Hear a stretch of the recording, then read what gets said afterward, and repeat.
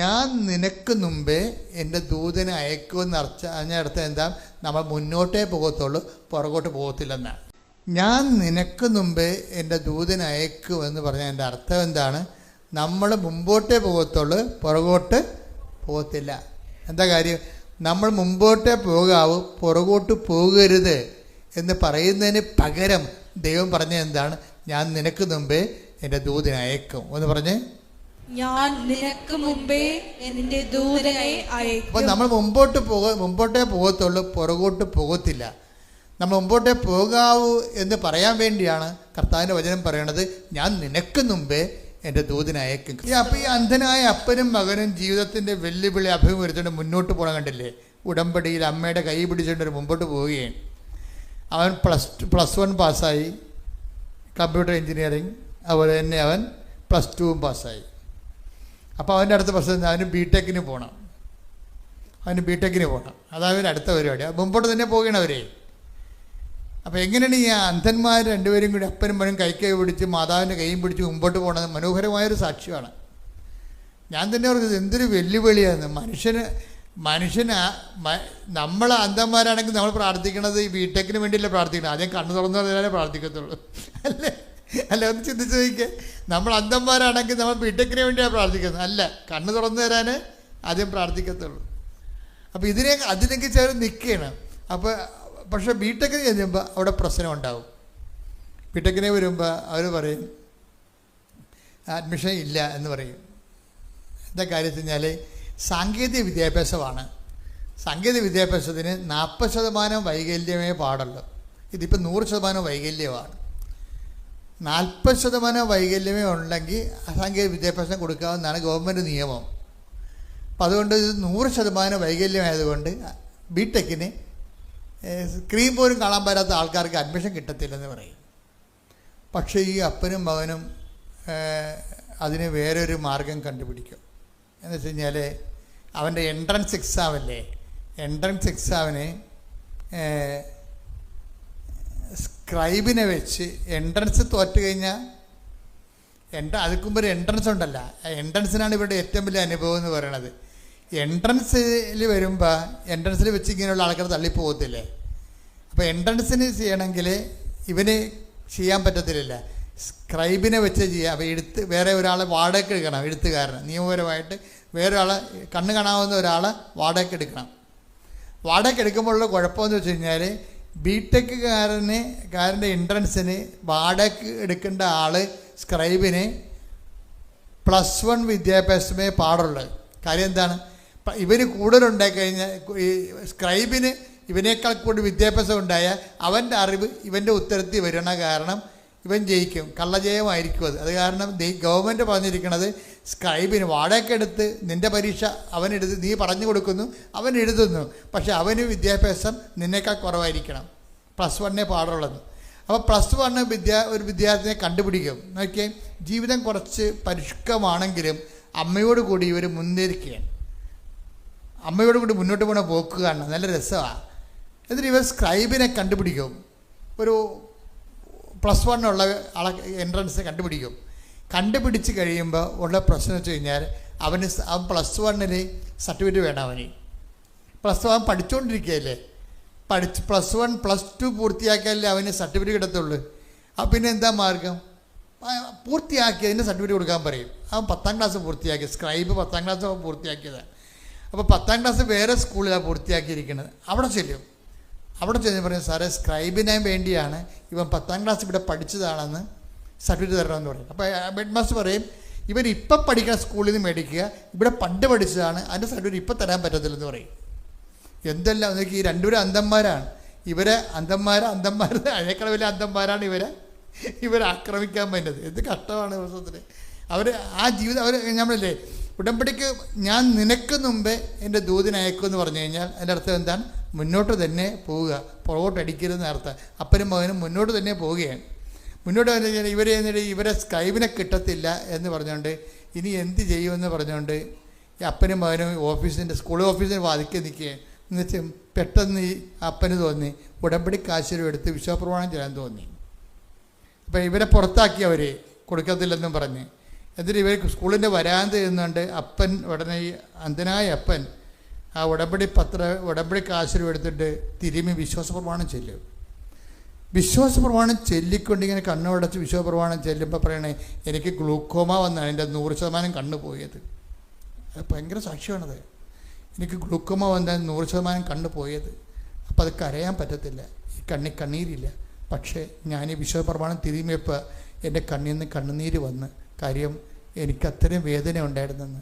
ഞാനിങ്ങനെ കണ്ണീരിട്ട് നിൽക്കുന്ന സമയത്ത് പെട്ടെന്ന് ഒരു പാദസ്വരം പോലെ ഒരു സ്വരം കേട്ട്, പിന്നെ മുല്ലപ്പൂവിൻ്റെ ഒരു മണം എന്നെ കടന്നുപോയെന്ന്.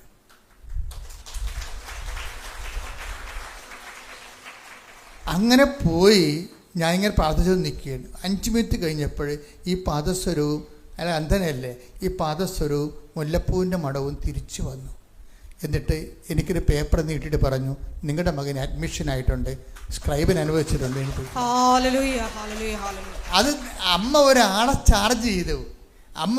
ചാർജ് ചെയ്തിട്ട് ആ ചേച്ചി ഓഫീസിൽ പോയി പ്രിൻസിപ്പളിനോട് സംസാരിച്ച്, പ്രിൻസിപ്പളെ ഇപ്പം ഇത് കൊടുക്കുന്നതുകൊണ്ട് സ്കൂളിന് എന്താ നഷ്ടമെന്ന് ചോദിച്ചു.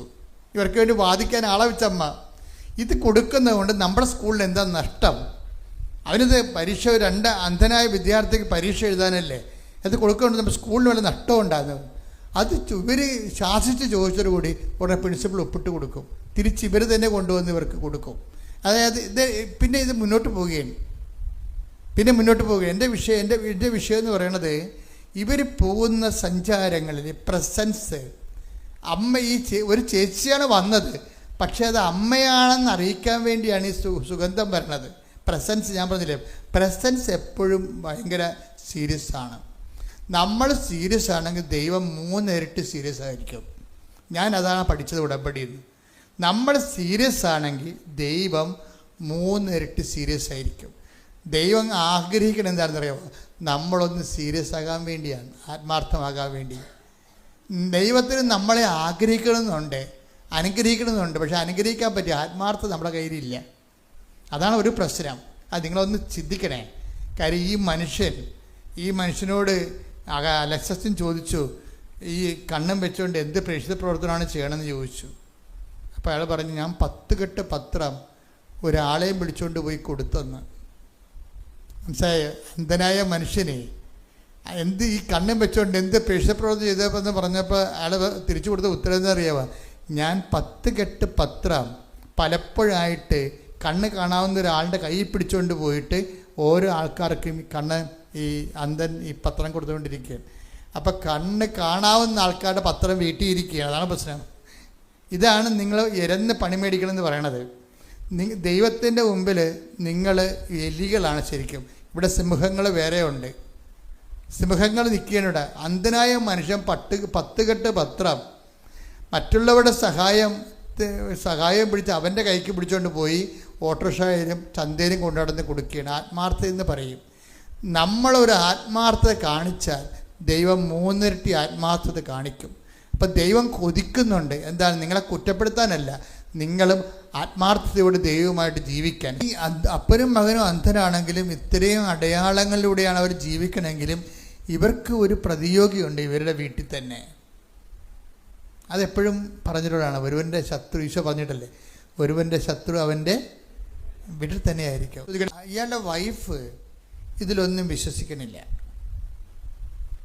അത് ഇത്രയും അടയാളങ്ങളിലൂടെയാണ് അപ്പനും മകനും പോകണമെങ്കിലും ഇതിനെല്ലാം അവർ വെട്ടുപോത്തിനെ പോലെ വെട്ടു ഈ സംഭവം. ഇവരുടെ പ്രതിസന്ധി ഇവിടെ വീടിനകത്ത് തന്നെയാണ്. ഇതിനെയും കൂടിയാണ് ഇയാൾ അതിജീവിക്കണമെന്ന് ഓർക്കണം. ഇതിനെയും കൂടിയാണ് ഇതിനെ അതിജീവിക്കുന്നത്. ഇപ്പോൾ നമ്മൾ ഓർക്കും വൈഫിനെ കുറ്റപ്പെടുത്താൻ പറ്റത്തില്ല. കാര്യം നിൻ്റെ വിശ്വാസത്തിന് ആക്കം കൂട്ടാൻ വേണ്ടി ദൈവം വെച്ചിരിക്കുന്ന റെഗുലേറ്ററാണ് സംഭവം. നിൻ്റെ വിശ്വാസത്തിൻ്റെ ആക്കം അതെന്താ സംഭവിക്കണമെന്ന് വെച്ചാൽ, ഒരിക്കൽ ഇതുപോലെ ഇവന് അഡ്മിഷനൊക്കെ കിട്ടിയെങ്കിലും പെട്ടെന്ന് ഈ മകൻ അപ്പനോട് ഇവൻ്റെ സ്വരം കേൾക്കണില്ല. അപ്പൻ അപ്പോൾ 2 ദിവസമായിട്ട് ഇവൻ്റെ സ്വരം അധികം കേൾക്കണില്ല. കാര്യം എന്ന് വെച്ചാൽ ഇവൻ്റെ തൊണ്ടയിലൊരു മുഴ വന്ന് നോക്കിയോ. പാവത്തങ്ങൾ ഓരോ കടനം കഴിയുമ്പോൾ വേറെ അടുത്ത സാധനം വരികയും തൊണ്ടയിലൊരു മുഴ വന്ന കാരണം അപ്പനോട് മുഴയാണെന്ന് പറഞ്ഞാൽ അപ്പന് ഭയങ്കര സങ്കടമാകത്തില്ലേ? അപ്പനെ അറിയിക്കാതിരിക്കാൻ വേണ്ടി ഇവൻ അപ്പനോട് സംസാരിക്കണില്ല. ഇവന് സങ്കടമുണ്ട്, അപ്പനോട് സംസാരിക്കണില്ല. സംസാരിച്ച സംസാരത്തിൻ്റെ അകത്തൊക്കെ പെശകുണ്ട് ഈ മുഴ നിൽക്കണ കാരണം. അപ്പം അതുകൊണ്ട് അപ്പൻ അറിഞ്ഞ അപ്പൻ്റെ ഇരട്ടി വേദനയാകുന്നതുകൊണ്ട് അപ്പനെ വേദനിപ്പിക്കാതിരിക്കാൻ വേണ്ടി ഇവൻ കൺട്രോൾ ചെയ്ത് ഇങ്ങനെ ജീവിക്കുകയാണ്. പക്ഷേ അപ്പൻ പിടിച്ച് അമ്മനെ എന്ത് പറ്റിയടാന്ന് ചോദിച്ചു. അത് പറഞ്ഞ് എൻ്റെ തൊണ്ടയിലൊരു മുഴയാണ് അപ്പാന്ന് പറഞ്ഞു. അപ്പോഴുടനെ എൻ്റെ അമ്മയെന്ന് വിളിച്ച് അപ്പൻ ഇങ്ങനെ തടഞ്ഞ് നോക്കിയപ്പോൾ മുഴയുണ്ട്.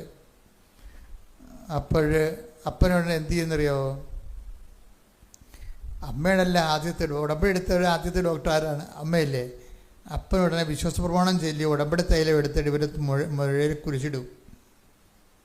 അപ്പം അമ്മ അവിടെ നിന്നിട്ട് കമൻ്റ് അടിക്കും, ഈ ആഭാസ നാടകം കൊണ്ട് പരിപാടി നടക്കത്തില്ല, കൊച്ചിനെ ആശുപത്രി കൊണ്ടുപോകാൻ പറയും. അമ്മ പറയണതാണ്. അവരിങ്ങനെ എരുതി നിൽക്കണേ. അപ്പം അപ്പനിങ്ങനെ കണ്ണ് കാണാതെ അതിൻ്റെ തൊണ്ട തപ്പിയെടുത്തിട്ട് ഈ ഉടമ്പടി തൈലം കൊണ്ട് വിശ്വാസ പ്രമാണം ചൊല്ലി കുരിശിടുമ്പോൾ അമ്മ അറിയിക്കുന്നുണ്ട് ഈ ആഭാസ നാടകം കൊണ്ട് കാര്യം നടക്കുന്നത്, കൊച്ചിനെ ആശുപത്രി കൊണ്ടുപോകാൻ പറയും. ആശുപത്രി കൊണ്ടുപോയി എവിടെ ചെന്ന് എത്തുമെന്ന് അറിയാൻ പറ്റില്ല. അത് അപ്പനെ അറിയാം, ഇത് എവിടെയും കണ്ടാൽ പോകണമെന്ന് നമുക്കറിയത്തില്ല. അത് കാരണം അത് ഒന്നും അത്രയും സങ്കടപ്പെടാതെ കുരിശിട്ടിട്ട് പറയും നാളെ രാവിലെ ആകട്ടടി എന്ന് പറയും.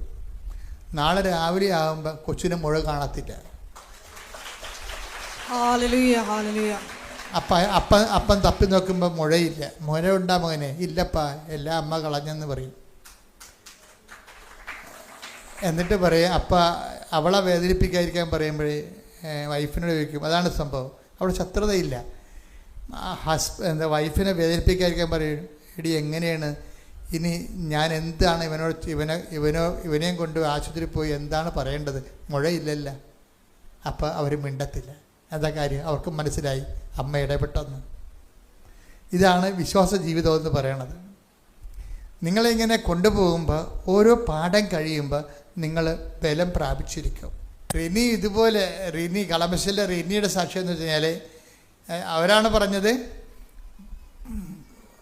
കൃപാസനത്തിൻ്റെ ആധ്യാത്മിക അനുഭവങ്ങളെ കുറഞ്ഞ വാക്കിൽ ഞാൻ പറയാം, ഇതൊരു പാലമാണ് നിത്യതയിലേക്കുള്ള എന്ന് പറഞ്ഞ റിനി എന്താ അങ്ങനെ പറയാൻ കാര്യം. പിന്നെ റിനി പറഞ്ഞൊരു വാക്കുണ്ട്. ഇവിടെ വാക്കുകളെല്ലാം ഭയങ്കര ആഴമായ ധ്യാനങ്ങളുള്ള വാക്കുകളാണ്. പിന്നെ എന്താ പറഞ്ഞതെന്ന് വെച്ച് കഴിഞ്ഞാൽ, യുദ്ധത്തിന് കൃപാസന ഉടമ്പടി വസ്തുക്കളെ കുറിച്ചുള്ള പറയണത്, അത് യുദ്ധത്തിന് പോണ പട്ടാളക്കാരുടെ ആയുധം പോലെയാണ് എനിക്ക് ഉടമ്പടി വസ്തുക്കളെന്ന്. യുദ്ധത്തിന് പോണ പട്ടാളക്കാരുടെ ആയുധം പോലെയാണ് ഉടമ്പടി വസ്തുക്കൾ. അപ്പം ഞാനോർത്ത് ഇനി ഇവരെന്താ പറയാൻ പോണത്? ഇവർ ചുമ്മാ ഇങ്ങനെ അലങ്കാരികമായിട്ട് പറയണതാണ്, അല്ലെന്ന് പറയും. എന്നിട്ട് എന്ത് സംഭവം? ഇവർ പിന്നെ 6 കാര്യങ്ങൾ പറയും. അതിൽ ഒന്ന് എന്താ വെച്ചാൽ 30 വർഷത്തെ സ്കിൻ പ്രോബ്ലം ആയിരുന്നു. സ്കിൻ പ്രോബ്ലം ഈ റിനിക്ക് 30 വർഷമായിട്ട് നീണ്ടു നിന്ന സ്കിന്നിങ്ങനെ വരഞ്ഞ് പൊട്ടത്തില്ലേ, ആ രോഗം ഭയങ്കര ചൊറിച്ചിലും കടിയുമായിരിക്കും, ഒരു സമാധാനം കിട്ടത്തില്ല. അത് ഉടമ്പടി തൈലം ഉപ്പും കൂടി ചേർത്ത് പ്രാർത്ഥിച്ച് വിശ്വാസപ്രമാണം ചൊല്ലിയപ്പോൾ ആ പഴയ തൊലികളെല്ലാം വരണ്ട് ഉണങ്ങി വിണ്ടുകീറിയ ചൊറിച്ചിലുണ്ടാകുന്ന തൊലികളെല്ലാം മാറി അത് സുഖപ്പെട്ടു. പിന്നെ റിനി പറയണത് 17 വർഷത്തെ PCOD രോഗം. അപ്പോൾ അതൊക്കെ പിരീഡ്സ് ഉണ്ടാകത്തില്ല. പിന്നെ ശരീരം ചീർക്കൊക്കെ ചെയ്യും. പിന്നെ പല രോഗങ്ങളാണ്. അപ്പോൾ അത് ഉടമ്പടി തൈലം ഇവർ വയറ്റിൽ പെരട്ടി വിശ്വാസ പ്രമാണം ചൊല്ലി. നിങ്ങളെന്താ ചെയ്യുന്നത്? ഈ റിനിയും അതുപോലെ തന്നെ സുധീർ കുമാറും ഒക്കെ ചെയ്യുന്ന കാര്യങ്ങൾ തന്നെ നിങ്ങൾ ചെയ്യണത്. എന്തുകൊണ്ടാണ്? നിങ്ങൾക്ക് ഫീലിംഗ് ഇല്ലാത്ത കാരണം നിങ്ങൾ തലയിൽ എണ്ണ കുളിക്കാൻ വേണ്ടി തേക്കണവർ തേച്ചിട്ടാണ്. അതാണ് പ്രശ്നം. ഇതിങ്ങനെ അവിടെ ഇവിടെയൊക്കെ ഇരുന്നുകൊണ്ട് ഉറങ്ങി വല്ലതൊക്കെ കാണിച്ച് കൂട്ടുമ്പോഴാണ് ഇവരെല്ലാം ഇത് ചെയ്യണത്. ആ ആപ്ലിക്കേഷൻ മോഡ് കറക്റ്റായിരിക്കും. അവിടെ ദൈവ സാന്നിധ്യം മനസ്സിൽ ഓർത്ത് അമ്മ ഇവിടെ നിൽക്കുന്നുണ്ടെന്നുള്ള ബോധ്യത്തിൽ ഉടമ്പടി തൈലമല്ല സുഖപ്പെടുന്നത്, അമ്മയുടെ മധ്യസ്ഥമാണ് സുഖപ്പെടുത്തുന്നുള്ള ബോധത്തിലാണ് അവർ ചെയ്യണത്. അപ്പോൾ 17 വർഷം ഉണ്ടായിട്ടുള്ള പീരീഡ്സ് ഇല്ലാത്ത ആളാണ് ഉടമ്പടി തൈലം പുരട്ടിയപ്പോൾ അപ്പം തന്നെ പീരീഡ്സായി. ഇപ്പം എനിക്ക് 28-ാം പക്കം ഒരു കുഴപ്പവുമില്ലാതെ പീരീഡ്സ് ഉണ്ട്. അവരുടെ സ്ത്രീ അനുഭവങ്ങളാണ്. സ്ത്രീകൾക്കല്ലേ അതിൻ്റെ ബുദ്ധിമുട്ട് മനസ്സിലാകത്തുള്ളൂ.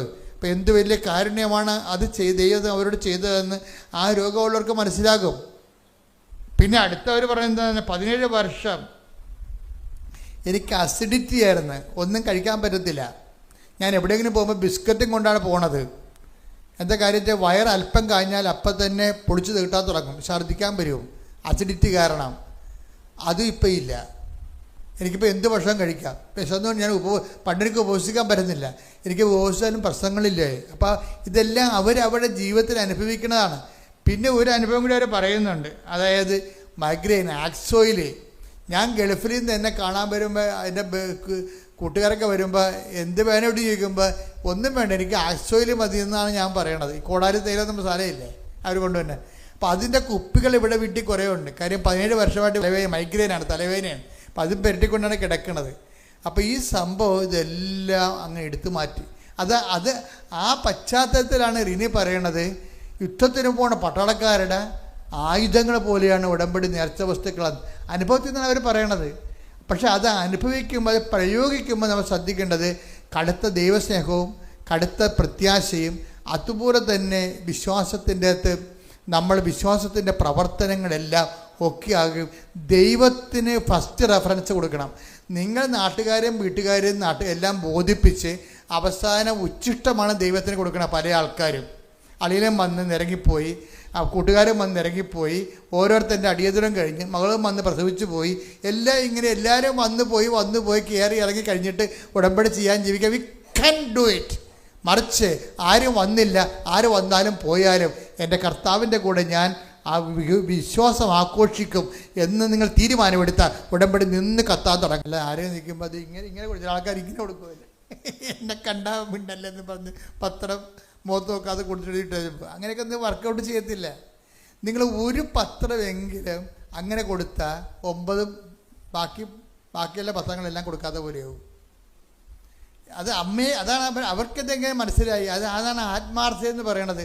അമ്മയെക്കുറിച്ച് പറഞ്ഞ് മനസ്സിലാക്കി, എന്ന് വെച്ചാൽ അവർ പറഞ്ഞ കേട്ട് കഴിഞ്ഞാൽ അവർ ആ കേൾക്കുന്ന ആൾക്കാർക്ക് കൃപാസനത്തിൽ വരും. അങ്ങനെ വരണം. അതാണ് പ്രേക്ഷിത പ്രവർത്തനം എന്ന് പറയണത്. അത് ദൈവത്തിന് മനസ്സിലാക്കി കഴിഞ്ഞാൽ പിന്നെ നിങ്ങൾ ദൈവം വിട്ടു പോകത്തില്ല. എൻ്റെ മക്കളെ, ഞാൻ 65 വയസ്സുകൊണ്ട് എനിക്ക് 4 വയസ്സ് മുതൽ കർത്താവുമായിട്ട് ബന്ധമുള്ള ആളാണ്. എനിക്ക് മനസ്സിലായ ഒരു സത്യം എന്ന് പറയണത്, നമ്മളൊരു മണ്ടൻ ജീവികളാണ്.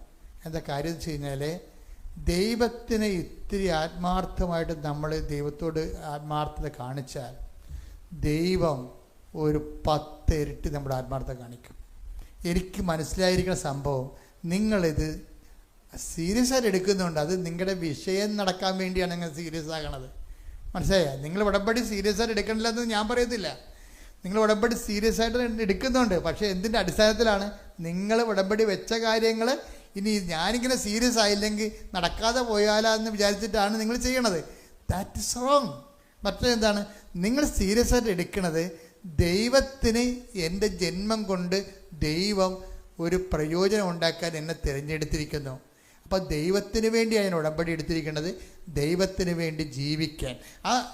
അവർ അങ്ങനെ തന്നെ അവർ പറയുകയാണ്. അതായത് റിനി പറയണത്, അമ്മയെക്കുറിച്ച് പറഞ്ഞ് മനസ്സിലാക്കുക. അതായത് ഉടമ്പടി ജീവിക്കുക എന്നതാണ് എനിക്ക് ഏറ്റവും വലിയ ജീവിത അഭിലാഷമെന്ന്. അല്ല, എൻ്റെ കാര്യം നടക്കുകയെന്നല്ല. ഇതൊക്കെ എന്ത് പറച്ചിലാണ്, പത്തരമാറ്റ് തങ്കം പറച്ചിലാണിത്. എന്താ കാര്യമാണ്? ഉടമ്പടി ജീവിക്കുക എന്നതാണ് എൻ്റെ ജീവിത അഭിലാഷം. അല്ല എൻ്റെ മകളെ കെട്ടിക്കുകയല്ല, വസ്തു മാറ്റുകയല്ല, കടം പരിഹരിക്കുകയല്ല. അതൊക്കെ എൻ്റെ ദൈവം ചെയ്തോളും. എൻ്റെ മുമ്പിലുള്ള ഓപ്ഷൻ എന്താണ്? ഉടമ്പടി ജീവിക്കുക എന്നുള്ളതാണ് എൻ്റെ ജീവിത അഭിലാഷം.